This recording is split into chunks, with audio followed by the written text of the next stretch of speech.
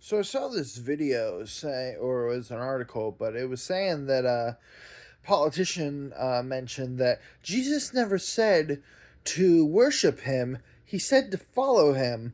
And I thought that was an interesting sort of commentary that seemed a bit disingenuous, to put it lightly, because there's a sense in which, yeah, Jesus may have never used the literal exact English wording of saying, worship me, but there's this other sense in which you look at verses where he says, I am the way, the truth, the light. No one gets to the Father except through me. Or when he talks about taking the narrow path and that broad is the path to destruction, and that my sheep know my voice, and saying, before Abraham was, I am, invoking the name of God. And so a lot of different ways of saying that he is God.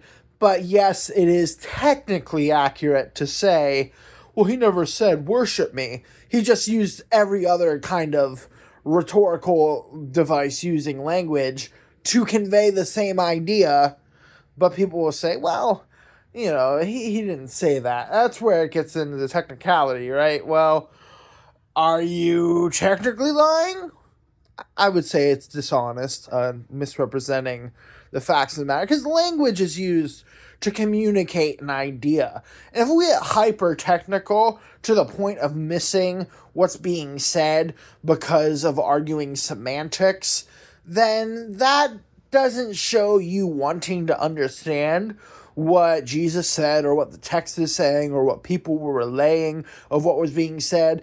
Because, that could even get into areas of questioning regarding, well, did that politician say that? Or did the article say that? Or did the AI? Or, well, I never said that particular word. And just, it all becomes this point of confusion to such a degree that it's like, okay, well, what is the meat of being what's conveyed? And by meat, I mean the substance that's being relayed, the idea that the language being used conveys. And I think it's pretty clear if you look at the words of Jesus, if you look at Jewish understanding at that time, if you look at why, according to the text, he was turned over to be crucified, it becomes clear that he was saying that he is God and worthy of worship. Now, of course, everyone's going to have different views on if that is an accurate self-assessment, if Jesus really was God, or if he really was the Jewish Messiah, the person who would lead them